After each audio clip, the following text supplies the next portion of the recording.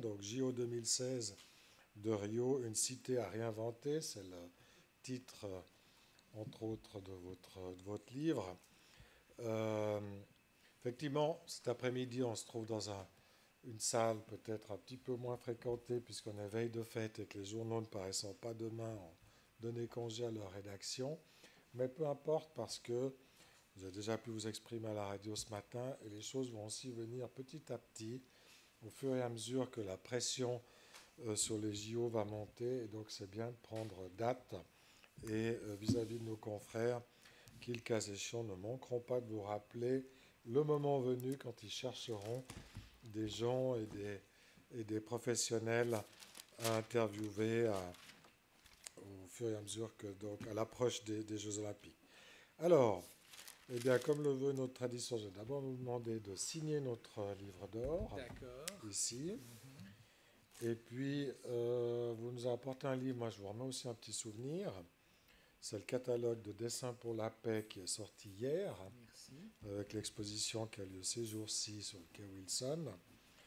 Et voilà, donc on vous écoute volontiers, sachant aussi qu'il y a des personnes qui nous suivent par streaming à travers la caméra qui nous regarde. Merci beaucoup. Bon, en fait, l'important, c'est les questions que vous poserez plus que ce que je peux vous raconter. Mais pour essayer de situer un peu ce bouquin-là que je sors maintenant, je me suis interrogé, vivant à Rio de Janeiro depuis 10 ans maintenant, je me suis interrogé sur ce que les Jeux Olympiques, comme grand événement, allaient représenter pour cette ville. Après l'expérience 2 ans plus tôt de la Coupe du Monde et d'autres grands événements comme Rio + 20 à l'époque, la conférence sur l'environnement, etc. Alors, mon point de départ, ça a été de me dire, mais au fond, les Jeux Olympiques, est-ce que c'est profitable ou pas pour une ville? Et je suis parti de 2 exemples complètement opposés.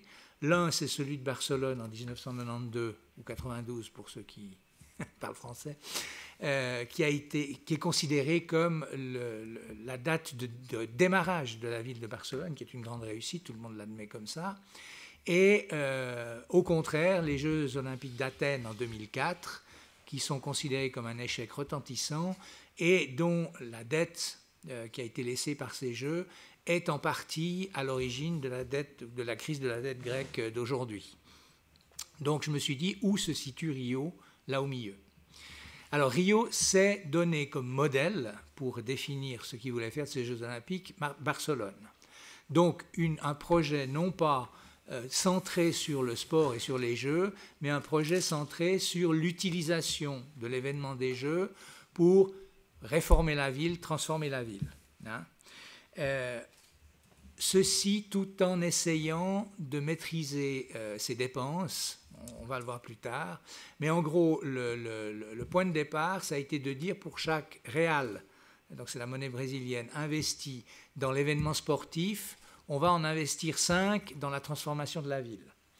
Alors, ce sera un peu difficile à vérifier parce qu'il y a pas mal de choses qui sont faites pour les JO qui vont être de l'héritage pour plus tard ou qui vont être démontées pour refaire ailleurs. On saura dans quelques années si ça a fonctionné comme ça, mais disons, c'était un peu le point de départ.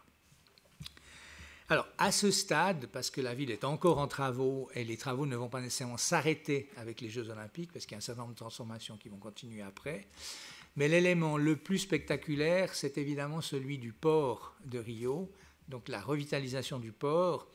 J'aurais dû avoir des images, il y a eu un petit problème technique avec ma clé USB. Non, mais c'est ma clé, je ne sais pas, j'ai mis sur ma clé, puis c'est voilà. Je ne sais pas. Donc, vous les trouverez dans le livre, les images, pour que ça intéresse. Mais le port de Rio était une zone totalement à l'abandon, avec des entrepôts vides et en ruine, au-dessus duquel passait une autoroute à 4 voies suspendue qui coupait complètement la ville de la mer.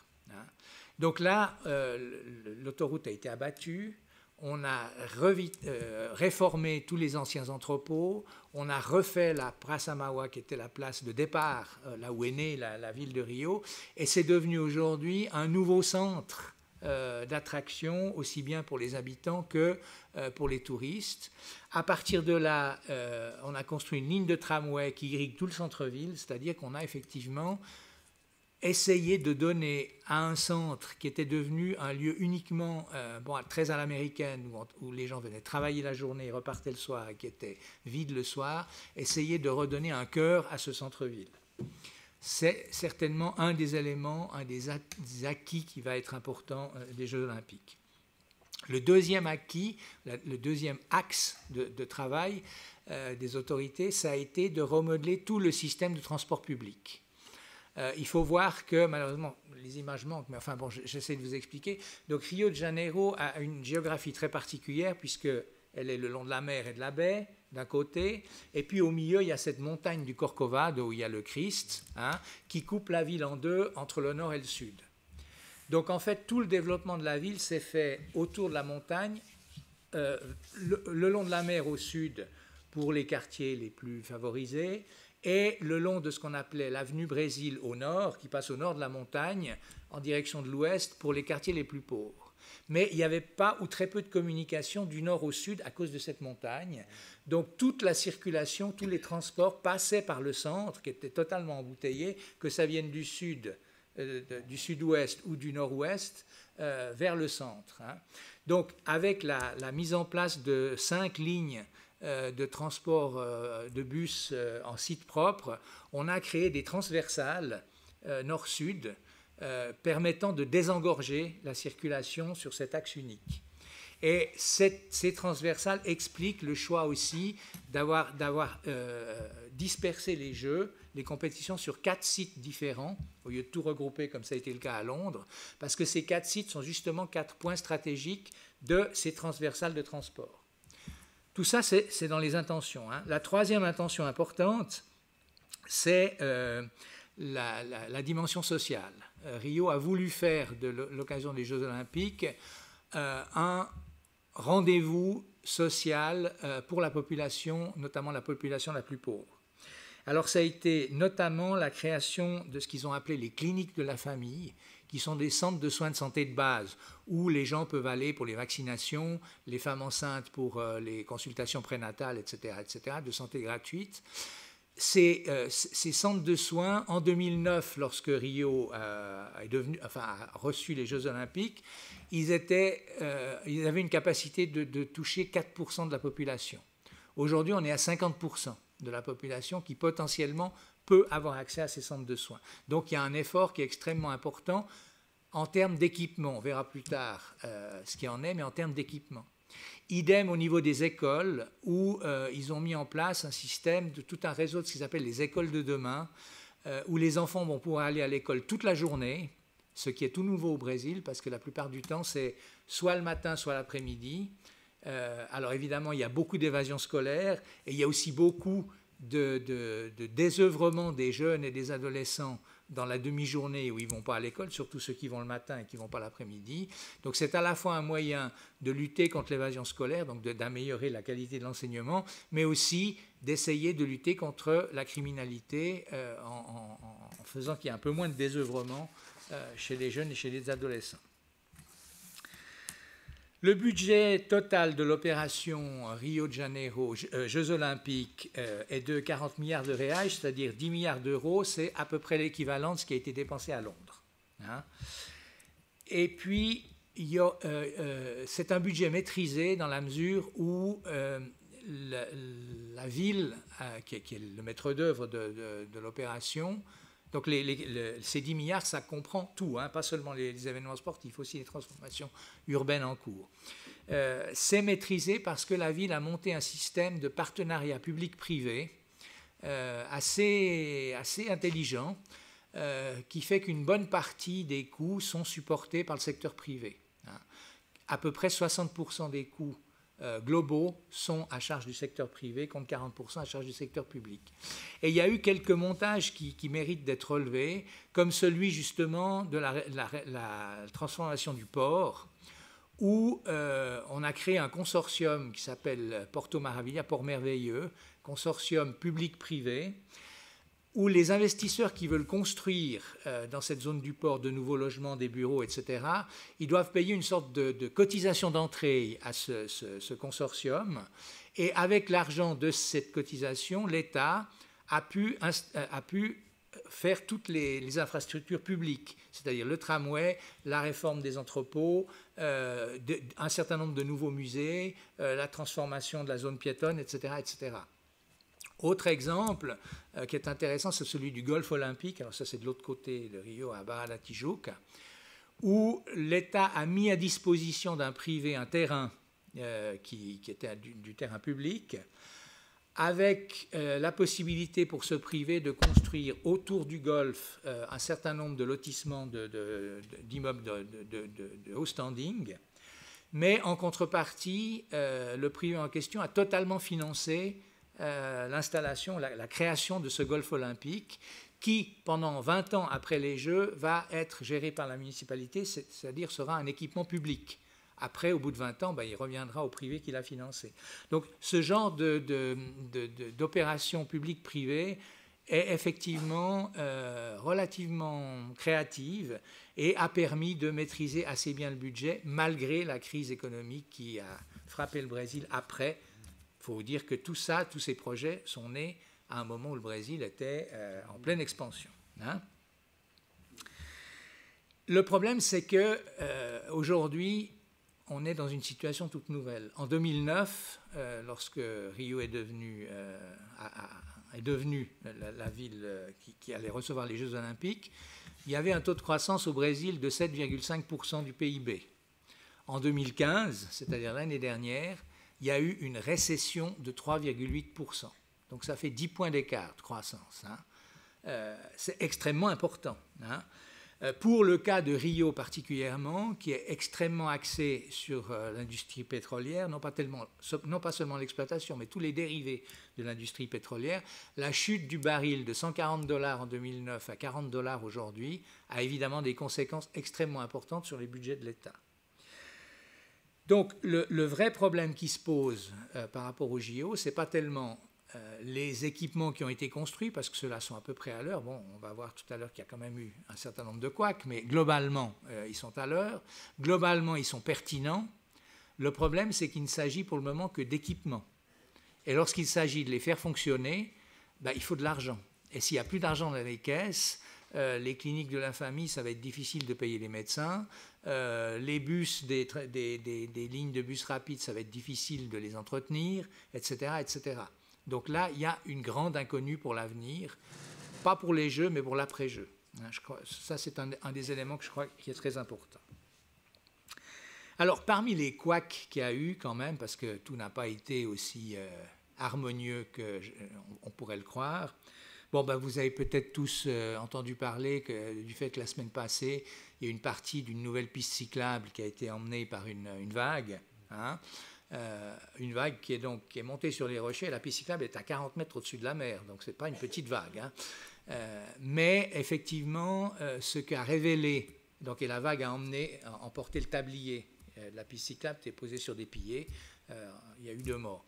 Ce que révèle cet accident, c'est effectivement que pas mal des travaux qui ont dû être faits, d'aménagement qui ont dû être faits, que ce soit pour les Jeux ou pour la ville, ont été faits à flux tendu.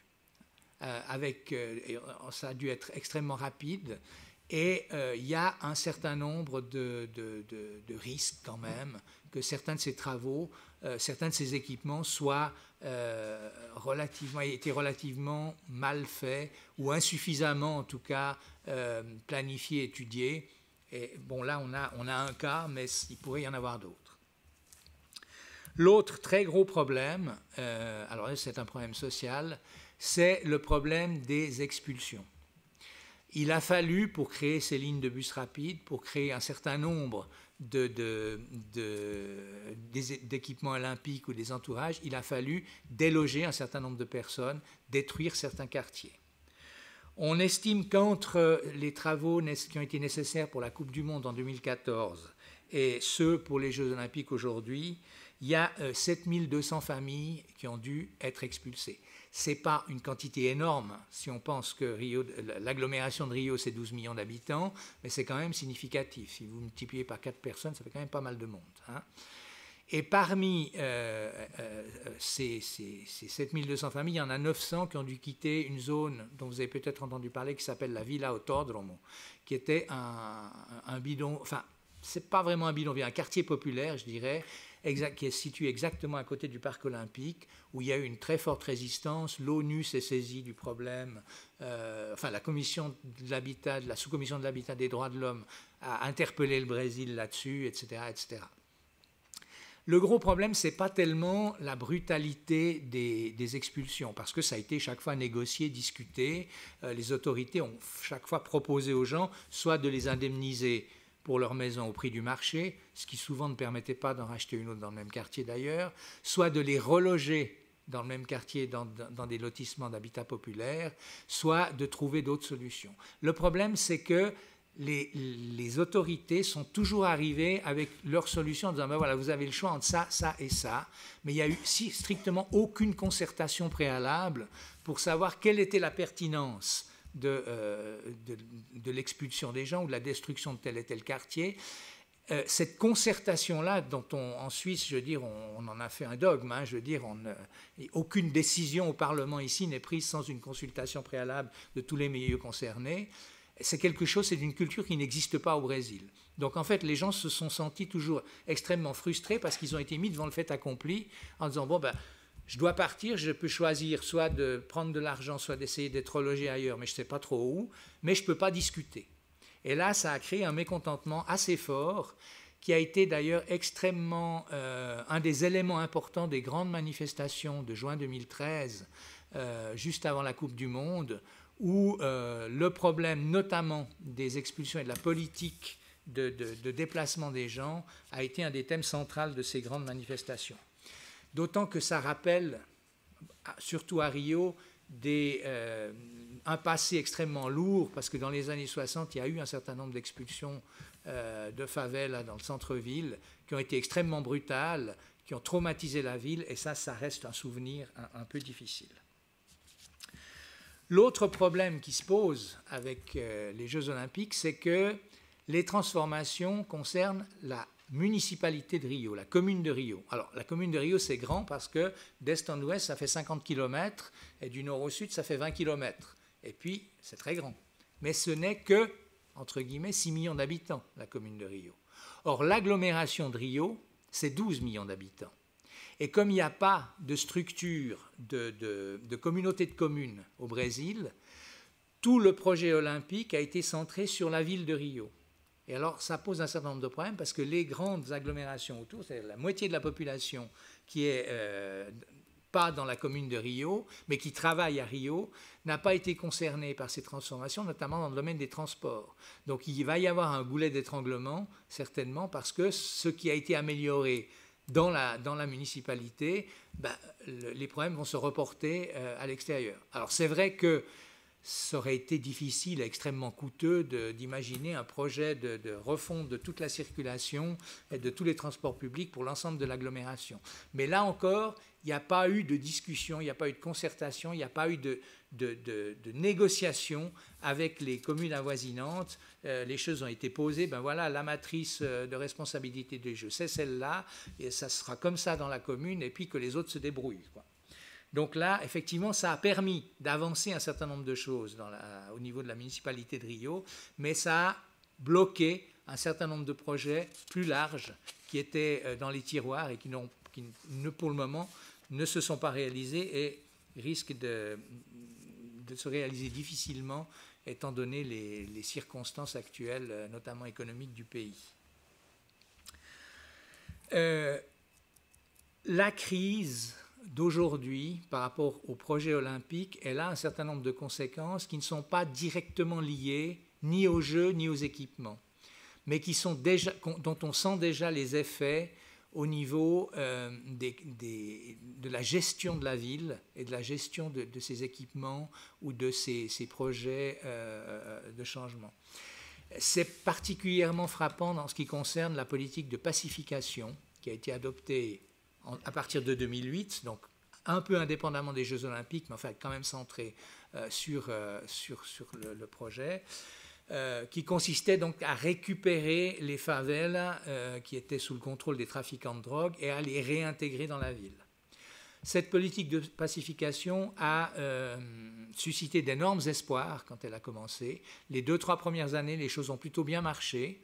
La criminalité a chuté d'une manière drastique à Rio. Et encore, elle est toujours assez basse en ville de Rio, c'est-à-dire que l'année dernière, basse, façon de parler, mais disons l'année dernière, on était au niveau des chiffres de mortalité de 2001, mortalité violente de 2001.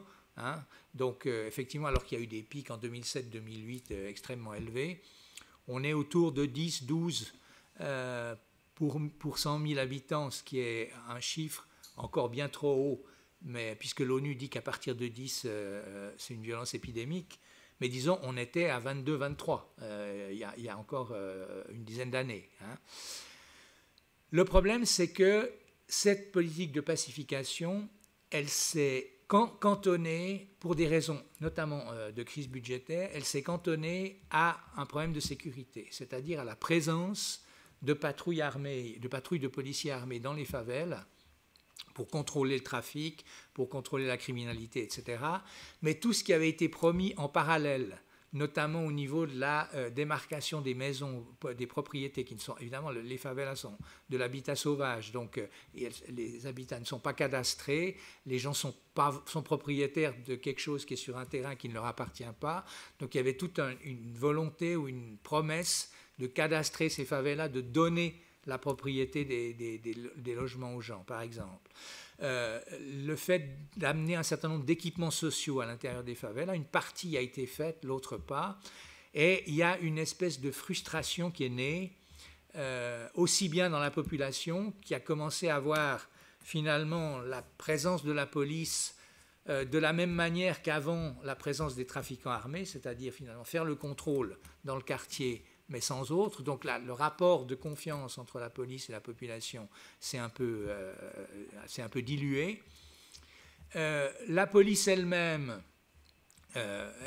étant un peu dans une impasse, est un peu découragée.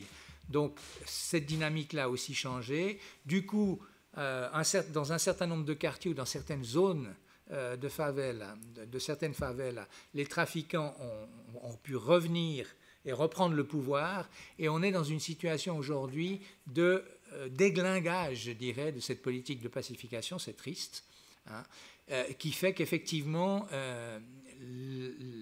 c'est une grosse hypothèque pour l'avenir, d'autant que, de nouveau, la crise économique met beaucoup de gens au chômage, donc pousse beaucoup de gens dans les bras de la criminalité, puisque le trafic de drogue, lui, ne connaît pas vraiment de récession, et ça rapporte pas mal. Dernier élément que je voulais soulever, après on discute, hein, mais dernier élément qui me paraissait intéressant, c'est la question du volet touristique de l'opération. Rio a dû s'équiper, était sous-équipé en chambres d'hôtel ou en logement pour touristes. Donc il y a eu un énorme effort qui a été fait pour augmenter la capacité touristique de Rio. De nouveau, à un moment où on espérait, en 2009-2010, que les Jeux allaient être un tremplin pour augmenter le tourisme d'affaires et de voyages à Rio. Il y a de forts risques qu'il y ait une surcapacité touristique au lendemain des Jeux, non seulement parce que l'espoir risque de ne pas se vérifier, à cause notamment de la crise économique qui fait que le tourisme d'affaires va baisser, à cause de la remontée de la violence qui va détourner peut-être un certain nombre de touristes d'avoir envie d'aller à Rio, mais aussi parce que, plus globalement, on s'aperçoit qu'après chacun de ces grands événements, n'importe où dans le monde, les espoirs mis sur l'augmentation du tourisme ne se sont jamais vérifiés. Après la Coupe du Monde au Brésil, l'année suivante, il y a eu une baisse drastique du tourisme au Brésil, des entrées touristiques au Brésil. À Pékin et à Sydney, après les Jeux Olympiques, il y a un certain nombre d'hôtels qui ont dû être fermés parce qu'il y a eu une baisse drastique du nombre de touristes qui sont allés là. Et même à Barcelone, pourtant qui est le modèle, Barcelone a mis 10 ans après les Jeux olympiques de 92 pour récupérer le niveau de visiteurs qu'elle avait avant les Jeux. Donc là, il y a effectivement un dossier sur lequel on risque d'avoir de mauvaises surprises après les Jeux à Rio et qui peut se répercuter finalement sur les finances publiques à plus long terme, puisque ces partenariats publics-privés, ils étaient basés sur l'espoir que les privés, à un moment donné, ils allaient rentrer dans leurs frais par rapport aux différents équipements qui vont financer. Et si ils ne rentrent pas dans leurs frais, s'il y a un certain nombre de faillites à ce moment-là, ça risque effectivement d'être... il risque d'y avoir des effets sur les politiques publiques et sur les finances publiques. Voilà en gros ce que j'essaye de raconter dans le livre. Je dois dire qu'au moment où je l'ai écrit, je ne m'attendais pas à ce qu'on soit dans la crise politique dans laquelle on est aujourd'hui. Mais disons, bon, on peut parler de ça aussi si vous voulez. Très bien, merci Monsieur Fontaine pour cette présentation, effectivement tout à fait intéressante. On va ouvrir les questions. Moi, j'ai été au JO c'était au Mondial de foot il y a 2 ans, 2014. Ouais. Effectivement, il y a déjà des grandes transformations. Est-ce qu'il y a, par rapport à ce Mondial de foot et maintenant, bon, il y a toutes les infrastructures olympiques qui sont, enfin, une bonne partie sont nouvelles à part le stade. Et il y a une différence, par exemple, parce que c'est un peu de la même ampleur, le type de manifestation. Est-ce qu'il y a une différence? Est-ce qu'il y a une continuité? Est-ce que les leçons ont été apprises? Alors, c'est assez différent. Je dirais que c'est assez différent sur plusieurs domaines. D'abord, juste pour dire, les installations sportives à Rio pour les Jeux Olympiques, une bonne partie était déjà là, parce qu'il y a eu les Jeux panaméricains de 2007. Donc effectivement, le seul gros chantier, bon, il y a eu un certain nombre de chantiers, mais le gros chantier, c'était la réforme du Maracanã qui s'est fait pour la Coupe du Monde. Il y a une assez grande différence dans l'approche parce que la Coupe du Monde, la FIFA a une approche qui est très claire. Eux, ils sont invités par les pays, donc ils viennent avec leurs conditions et les pays ont à mettre en place les conditions que la FIFA veut. Donc il n'y a pas de dialogue. Et c'est pour ça qu'il y a eu pas mal de crispations entre la FIFA et le gouvernement à l'époque. Ensuite, il y a eu un certain nombre de manifestations contre la Coupe du Monde à cause de ça. Et puis en plus, ça concernait 13 villes. Donc, il y a eu effectivement là pas mal de casses et il y a pas mal d'éléphants blancs. C'est-à-dire qu'il y a un certain nombre de stades qui ont été construits, notamment à Manaus, à Brasilia ou à Cuiabá, dont on ne sait pas quoi faire aujourd'hui. Un peu comme les Jeux olympiques d'Athènes ont laissé un champ de ruines. Bon, aujourd'hui, on y loge les réfugiés syriens. C'est mieux, mais enfin, c'est un champ de ruines. Donc, les Jeux olympiques, les Jeux olympiques de Rio, c'est pas tout à fait ça. D'abord, ça concernait qu'une ville. Et puis, il y a une approche différente du CIO, dans la mesure où, dans le projet olympique, le CIO a intégré, en tout cas, je ne sais pas s'il le fait chaque fois, mais là, a largement intégré la transformation de la ville comme objectif des Jeux olympiques de 2016. Donc, il y a eu un rapport, bien sûr, avec des impositions du CIO comme partout, mais disons un rapport un peu moins conflictuel et un peu plus collaboratif, ce qui fait que je pense qu'on ne va pas voir les mêmes choses, il n'y aura pas d'éléphant blanc. Il y aura par contre des problèmes de fonctionnement, comme j'ai essayé de l'expliquer, mais il n'y aura pas les mêmes problèmes que... D'accord, merci. Ouais. Il faut appuyer sur le bouton. Ah, pardon, oui. Oui, Jacques. Celui-ci? Oui. Oh. Oui, je m'excuse d'être arrivé en retard. J'ai heureusement entendu ta prestation à la Radio Romande ce matin. Bon, j'ai fait tout mon possible. Et effectivement, je suis surpris déjà de voir qu'il y a peu de monde parce que c'est quand même un événement. Et le travail de Jean-Jacques est connu, on l'a suivi. Et puis, bon, je me pose la question, alors sur place, ta connaissance de la population, est-ce qu'il y a un enthousiasme pour les Jeux au sein, tu l'as peut-être dit au début, mais enfin, si ce n'est pas le cas, ça m'intéresse de voir comment les gens perçoivent ça. On est à 2 mois et demi, 3 mois du début. Ah oui, il faut que je rappuie sur le bouton, pardon. En fait, il y a plus une indifférence qu'un enthousiasme. Il n'y a pas de refus. Ça, c'est clair qu'il n'y a pas de rejet. Les gens sont contents qu'il y ait des Jeux olympiques à Rio. mais il n'y a pas l'enthousiasme qu'il y a eu pour la Coupe du Monde. Pour différentes raisons. D'abord parce que le football, c'est quelque chose de particulier au Brésil, mais aussi parce que la Coupe du Monde de football, c'est un seul sport. Hein. Les Jeux Olympiques, c'est des dizaines de sports différents, donc c'est des publics beaucoup plus séquencés. Ceux qui vont voir les épreuves de natation, ils ne vont pas voir les épreuves de volleyball ou de course du triathlon. Hein. Donc c'est des publics plus séquencés, donc ça ne développe pas la même dynamique d'enthousiasme. Par contre, en ce qui concerne les transformations de Rio, les gens ont mis pas mal d'espoir. Et là, aujourd'hui, on s'aperçoit qu'il y a une certaine désillusion, parce que, bon, ça fait 4 ans que les gens supportent une ville qui est presque bombardée hein, en termes de travaux. C'est infernal de circuler à Rio depuis le début de ces travaux. C'est pas facilement mal. Ouais, alors tout le monde espère que ça va beaucoup s'améliorer après, quand ce sera fini, mais on en voit difficilement la fin. Et puis, comme un certain nombre de ce qui a été mis en place, on sent déjà que ça ne va pas fonctionner comme on aurait aimé que ça fonctionne après, il y a une certaine désillusion, un certain désintérêt, je dirais, qui se manifeste. Et puis surtout, aujourd'hui, il y a cette crise politique qui envahit tout. Donc finalement, les JO, pour les Brésiliens et pour les Cariocas de Rio, sont passés tout à fait au second plan, quoi, hein. Et si on vient à la crise politique, effectivement, quelle incidence elle pourrait avoir? Comment vous voyez la chose? La plus grande incidence, c'est qu'on ne sait toujours pas qui va inaugurer les Jeux voilà. Au niveau de la présidence. Mais je pense qu'elle n'aura pas beaucoup d'impact directement sur les Jeux, sur l'événement. Hein. Sur la suite, oui, parce qu'il va falloir savoir quelle politique ce gouvernement va adopter pour redresser l'état du pays, hein, l'état économique du pays. Donc là, il y aura un certain nombre il y aura de la casse, il y aura un certain nombre de décisions qui vont être prises, qui vont d'abord retomber, et comme c'est chaque fois le cas lorsqu'il y a des politiques d'austérité qui doivent être mises en place, d'abord retomber sur les plus pauvres. Hein.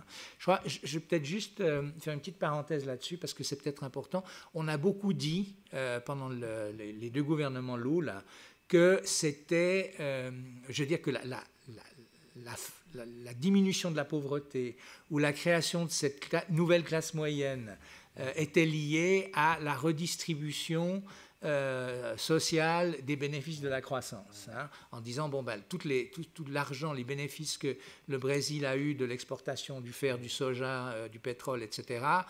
Il y a eu une politique intéressante de redistribution aux plus pauvres qui a permis effectivement de sortir 30 millions de personnes de la pauvreté absolue. Hein. C'est vrai et c'est pas vrai. C'est-à-dire que c'est vrai en partie, mais de plus en plus d'études montrent aujourd'hui que l'essentiel de cette amélioration, de cette promotion sociale, s'est faite grâce à l'emploi. C'est-à-dire que c'est plus le fait que le Brésil, par cette croissance, a créé des emplois, et notamment dans le secteur des services, mieux, en fait. Hein, ce qui était beaucoup mieux, ce qui a permis effectivement à ces gens de sortir de leur état. Et malheureusement, aujourd'hui, alors que le chômage remonte et que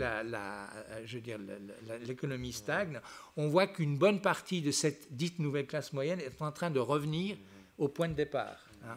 Donc donc du coup, les inégalités augmentent à nouveau. Donc là, on se trouve devant une situation qui est effectivement problématique pour le futur.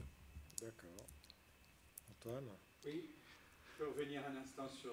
Appuyez sur le bouton oui. En bas. Ah, voilà, c'est bon. C'est bon. Sur les Jeux Olympiques, on n'en a pas tout à fait terminé, grâce à ton excellent exposé et je pense encore plus ton livre. Mais au fond, ce qu'on n'a pas vu se dessiner véritablement dans ton exposé liminaire, c'est la part qu'a pris l'État fédéral dans tout ça. Parce qu'on parle, et je pense que c'est tout à fait juste, on parle beaucoup de la municipalité, on parle un peu de l'agglomération, on parle d'une mutation qui sera géopolitique et économique, je pense, pour Rio, qui était quand même resté un peu en sommeil pendant quelques décennies. Mais au fond, quelle est la part de l'État central, puisque le Brésil est une fédération, est toujours encore une fédération, dans ces énormes investissements, ou bien est-ce qu'on a laissé véritablement la plus grosse part au privé, puisqu'il s'agit c'est bien comme ça que ça marche.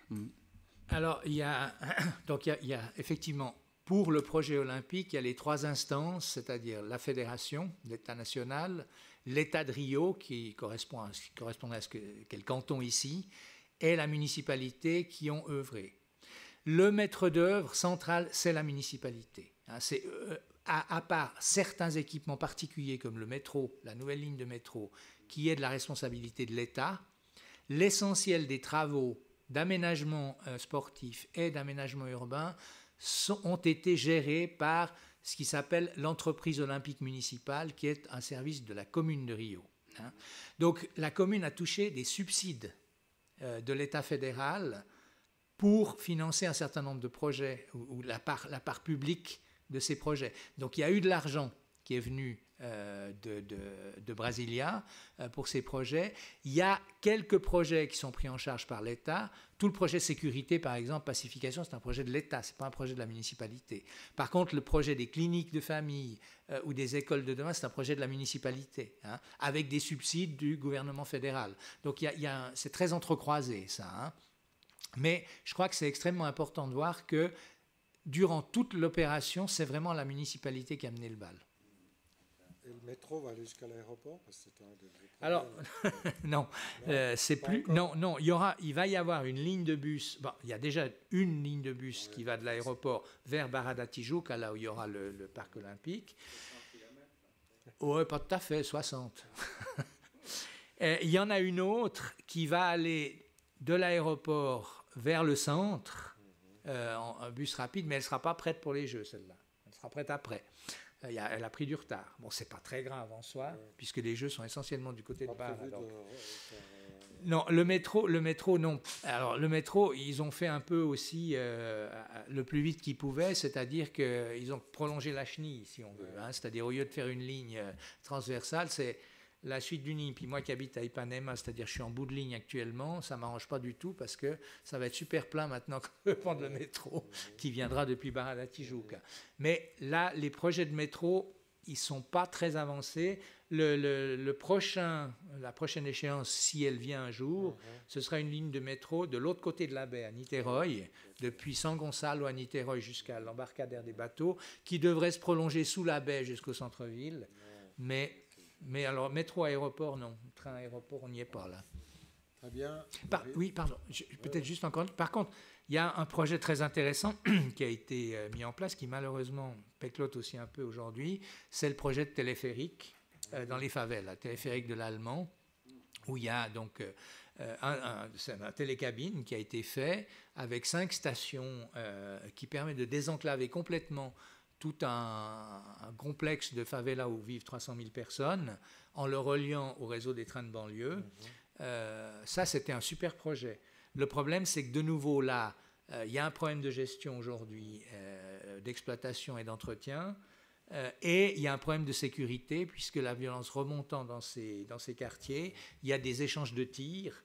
Donc, régulièrement, il faut arrêter les cabines par risque de balles perdues qui arrivent dans les cabines, quoi. Bon. Très bien. Ouais. Boris.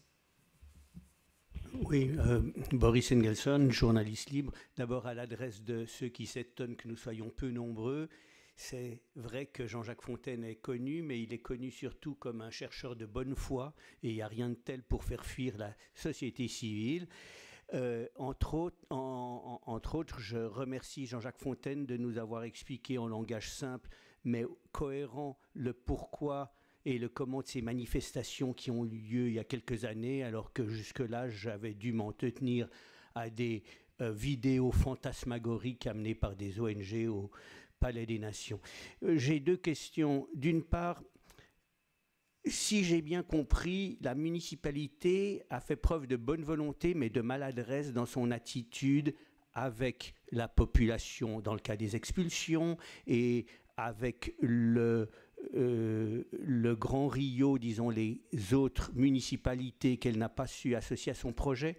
Mais là, il y a quelque chose qui m'étonne. Ça fait au moins 10 ans qu'il existe, ou 20 ans, ou 30 ans, des associations mondiales des maires, des coalitions de municipalités. On a même exhibé le maire de Curitiba à travers le monde, etc. Donc ces gens ne parlent que de ça maintenant depuis 1 ou 2 générations, sur la nécessité pour les villes de prendre leur destin en main, de savoir jouer des cartes régionales, etc. Ils font des modèles, etc.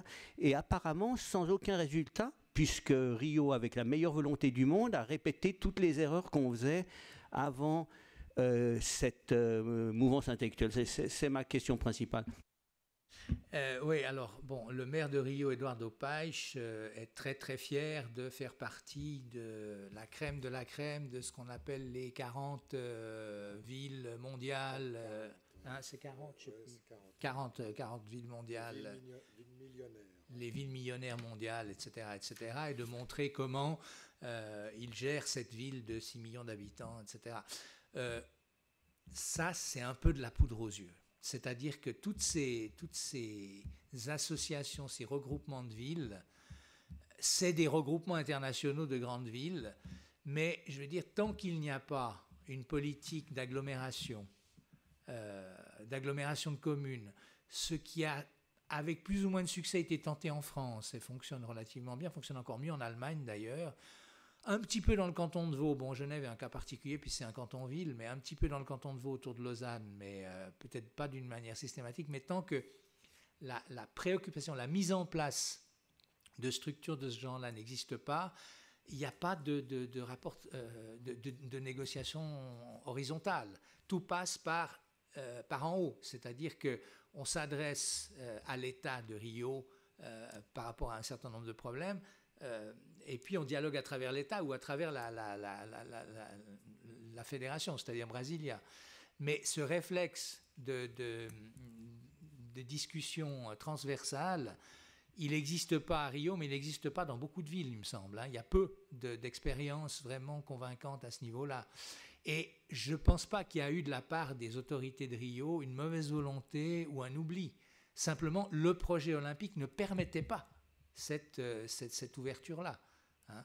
Donc peut-être qu'il y a, là où il y a une responsabilité, c'est peut-être celle du CIO ou des autorités internationales sportives, d'octroyer à Rio les Jeux, sachant que ce problème-là était beaucoup plus crucial peut-être qu'ailleurs, hein, puisque cette périphérie-là, c'est la moitié de la population.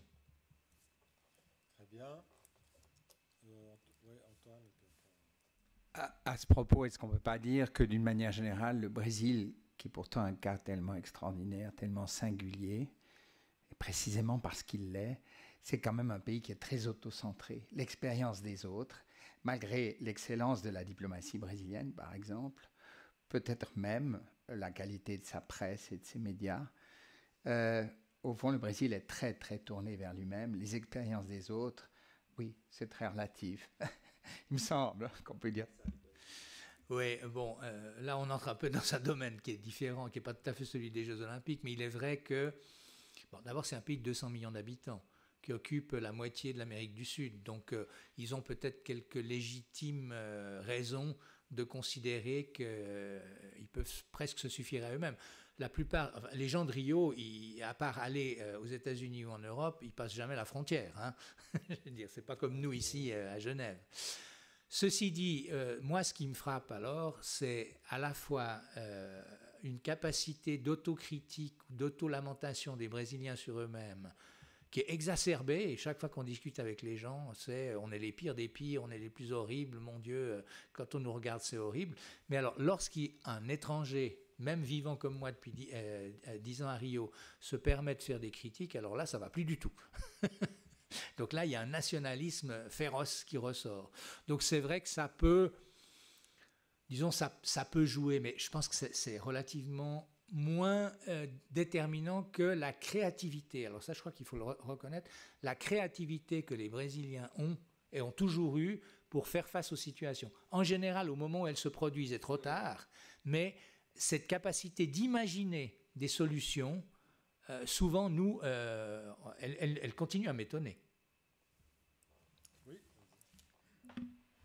je me faisais la réflexion de l'hémisphère sud des Jeux olympiques. C'est la première fois, si je n'ai pas fait une erreur, j'ai fait une rapide rétrospective de tous les Jeux depuis 1896, c'est la première fois que l'hémisphère sud, mis à part l'Australie, avec Melbourne et Sydney, organise les Jeux olympiques. C'est tout de même un événement qui, sous cet angle-là, me semble peu souligné. Pardon. Aussi bien dans notre presse que probablement, enfin, dans la presse d'Amérique du Sud que j'ai pu consulter. Alors, je ne sais pas si c'est vraiment les premiers, à part l'Australie de l'hémisphère sud, mais en tout cas, c'est les premiers en Amérique du Sud. Je ne crois pas me tromper, j'ai fait toute la séquence dans ma tête depuis 1896. Je veux dire, à part si je... Non, c'est les premiers. En tout cas, le CIO, lui, insiste beaucoup là-dessus, sur le fait que c'est les premiers Jeux en Amérique du Sud, et ça a été un des éléments qui a déterminé le choix de Rio par rapport à Madrid ou Chicago à l'époque. Mais le fait que ce soit peu souligné, parce que c'est l'hémisphère sud, hein, donc l'Australie, on peut dire que c'est pratiquement l'hémisphère nord, même si géographiquement on est dans le sud. Et ça, si je prends les émissions de Xavier Collin ou d'autres qui sont des émissions sur la géopolitique, c'est tout de même un événement majeur qui me semble peu souligné. Oui, bon. Pardon, à ce moment-là, on a du nord au sud et du sud au nord, parce qu'il y a eu Mexico, c'est dans l'hémisphère nord, mais c'est plus proche de Rio que... Hein. On a eu Pékin, c'est... bon, donc, je ne sais pas si on... Pays sous-développés. Pardon, pas de problème. Bon, c'est hors sujet, mais qui n'a pas eu une fois un rêve d'émigrer au Brésil ? Et alors, il y a toujours ces deux questions qui reviennent. D'abord, est-ce que c'est le bon moment, la bonne phase historique ? Et puis, là aussi, une fois qu'on est au Brésil, c'est irréversible. C'est vrai que c'est un pays un peu autocentré. Moi, quand je m'étais posé la question dans les années, je ne me rappelle pas, 80 ou 90, on m'a dit, tu viens au Brésil, tu sauras tout sur le Brésil au bout de quelques années, mais tu ne sauras plus rien sur le reste du monde. Alors, est-ce que tu pourrais parler un peu de cette expérience personnelle qui a consisté, il y a 10 ans, à faire le grand saut et à décider de faire ta vie personnelle, intellectuelle, de journaliste au Brésil, et qu'est-ce que ça change dans le regard au monde ?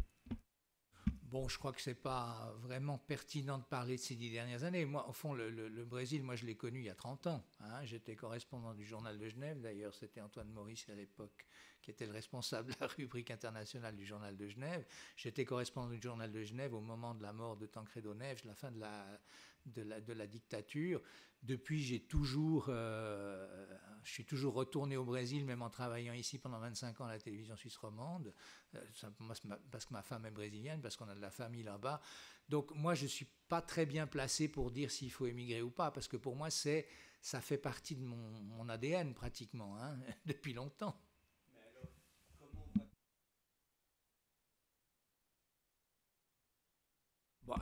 Je pense qu'on le voit, on le voit comme on le voit d'ici aussi. Hein, je veux dire, peut-être avec une certaine nuance, parce qu'on connaît mieux peut-être certaines choses. Des fois, moi, je suis effectivement assez effaré de voir les regards à l'emporte-pièce que la presse internationale, et notamment européenne, porte sur le Brésil, et le nombre de bêtises qu'on peut dire.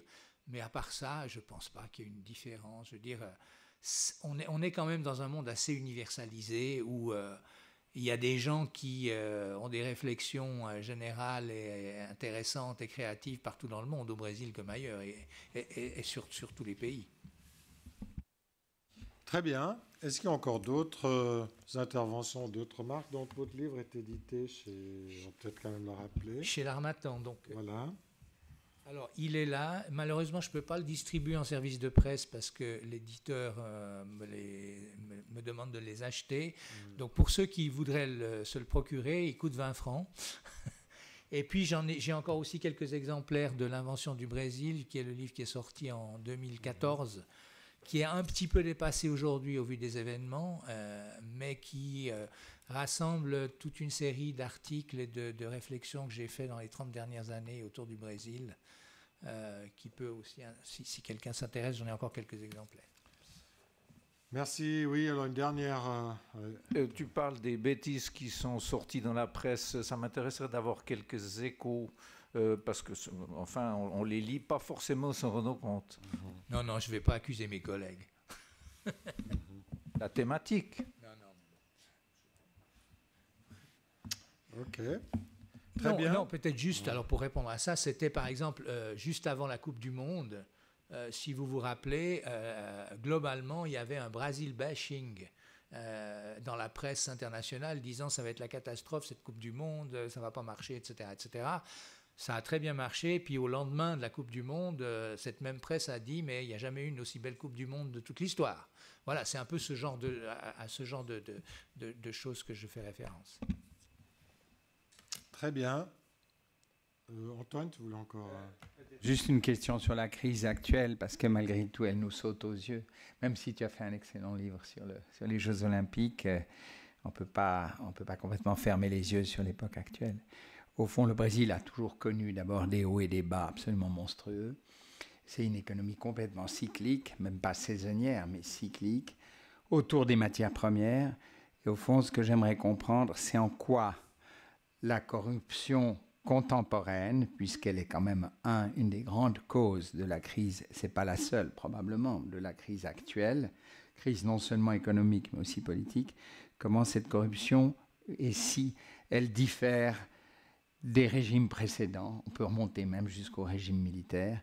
On sait que le Brésil, il y a toujours d'ailleurs dans tous les pays du monde, mais il y a des singularités dans la corruption. Peut-être tu peux nous dire 2 mots là-dessus. Bon, c'est un vaste chapitre, mais je vais essayer d'être bref là-dessus. Je crois que ce qui différencie la crise politique liée à la corruption aujourd'hui de ce qu'on a connu au Brésil avant peut se résumer à 2 choses. D'abord, c'est que depuis l'arrivée de Lula au pouvoir, et ce n'est pas Lula en tant que tel, ni Dilma Rousseff en tant que tel, mais le Parti des travailleurs a mis en place un système de corruption à la place de simplement tolérer des formes ou des pratiques de corruption qui étaient un peu éclatées et individuelles. C'est devenu un système de gouvernement. Donc dans ce sens-là, effectivement, il y a eu un changement à partir de 2003-2004 dont on commence à percevoir l'ampleur. Avec le pétrole ? Ou non, même pas tellement. C'est plus, il s'agit d'une corruption, les gens ne se mettent pas de l'argent dans la poche. Il s'agit d'une corruption politique. Hein. Il s'agit de payer des appuis politiques, de financer des votes au Parlement et d'utiliser les caisses noires pour des jeux d'influence. Hein. Et ça, c'est ça qui est devenu systématique. Hein. Ce n'est pas seulement un député d'une province reculée dans son coin qui se met de l'argent dans la poche. C'est devenu vraiment un mode de gouvernement. Et le deuxième élément très très fort, c'est que est positif à mon avis, c'est que tout ça est sorti maintenant, sorti au grand jour. C'est-à-dire que le Brésil, qu'on le veuille ou non, est en train de procéder à un très grand nettoyage. Et au fond, le blocage actuel, c'est un blocage lié au fait que ce grand nettoyage n'est pas terminé. On est un peu dans la situation de l'époque Manipuliti en Italie. Hein. Donc il y a un blocage politique, et le blocage politique fait que le gouvernement est paralysé, ne peut pas prendre de décision. L'opposition ne sait pas comment se positionner non plus. Donc, effectivement, il n'y a pas moyen de sortir de la crise économique parce qu'il n'y a pas de stratégie politique pour sortir de la crise économique à cause de cette situation. Vous n'avez pas l'impression que, comme en Argentine, au Venezuela, etc., on assiste à une espèce de putsch constitutionnel, ouais. Et puis j'entends... On connaît le régime change américain, on sait que les régimes de gauche ne sont pas très bien vus. Est-ce qu'il n'y a pas une dimension aussi de ce genre ? En tout cas, au Venezuela, c'est clair. En Argentine, c'est au Brésil, je ne sais pas. Alors oui, chaque situation est un peu particulière. Ouais. Dans le cas de l'Argentine, je pense que le régime de Cristina Kirchner était à bout de souffle. Hein. Et c'est quand même une élection, je veux dire, qui a permis de mettre... quelqu'un dont on peut discuter la valeur, mais qui a permis effectivement de créer un nouveau souffle, hein, qu'on le veuille ou non. Ce n'est pas la politique de Macri en tant que telle qui est à saluer, mais c'est le fait que tout d'un coup, il y a une rupture qui permet un redémarrage. Dans le cas du Brésil, bon, évidemment, Dilma Rousseff parle de coup d'État. ce n'est pas un coup d'État, mais c'est un coup de force constitutionnel. Soyons clairs, ce qu'on lui reproche, c'est effectivement condamnable du point de vue de la Constitution, mais peut-être que dans d'autres circonstances, ça n'aurait pas justifié qu'on la débarque, quoi, hein. Donc dans ce sens-là, c'est l'utilisation d'un moment pour faire un coup de force constitutionnel. Mais là aussi, on est dans une situation où le pays est dans une telle impasse qu'il faut quelque part que quelque chose se passe pour qu'une dynamique se recrée. On peut toujours refaire l'histoire avec des si, mais c'est vrai que si Dilma avait eu l'habileté, à la fin de l'année dernière, de reconnaître qu'elle n'avait plus les conditions de gouverner et d'appeler à des élections anticipées, elle s'en serait sortie avec beaucoup moins de casse, et le pays aurait peut-être choisi une autre voie, hein, y compris d'ailleurs un retour de Lula un peu plus habile que simplement d'essayer de le nommer ministre, ce qui était une grossière manœuvre, quoi. Mais aujourd'hui, telle que la situation est, le maintien de Dilma au pouvoir, c'est le maintien du blocage. Parce que si elle reste, elle n'a plus les conditions d'imposer quoi que ce soit, étant donné l'opposition. Ça ne veut pas dire que si elle est débarquée et que si c'est le vice-président qui prend avec une espèce de coalition, il n'y aura pas des blocages parce que le PT et les mouvements sociaux ont déjà dit qu'ils allaient tout bloquer. Donc ça ne veut pas dire qu'on est sorti de l'impasse. Mais il faut que quelque chose se passe pour en sortir parce que le pays est en train d'aller à la dégringolade, quoi. Il faut qu'il y ait un regard d'un tiers sur la question. Le tiers, ça a été traditionnellement l'histoire du Brésil, et j'espère que ça ne sera pas le cas, les militaires, qui regardent cette chienlit, comme disait le général de Gaulle, ce chaos en préparation, et qui disent on ne veut plus de ça, nous on va faire tout propre. Non, alors pas du tout. Alors il n'y a aucun risque de ce genre-là au Brésil, d'abord parce que l'armée est extrêmement divisée elle-même sur quoi faire. Et puis ensuite, bon, il y a des petits groupuscules qui réclament le coup d'État militaire dans chacune des manifestations. On voit des petits noyaux comme ça.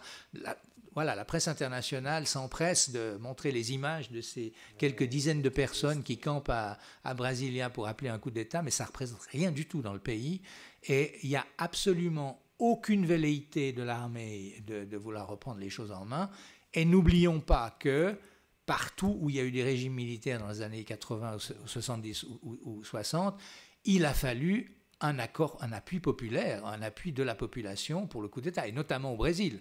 64, les militaires ne sont pas arrivés tout seuls, hein. Ils sont vraiment arrivés avec une frange importante de la population qui demandait le coup d'État. Merci beaucoup. Je crois que c'était quand même un panorama assez exhaustif de tous les aspects de ces futurs Jeux Olympiques. Merci encore. Merci. Merci de m'avoir reçu.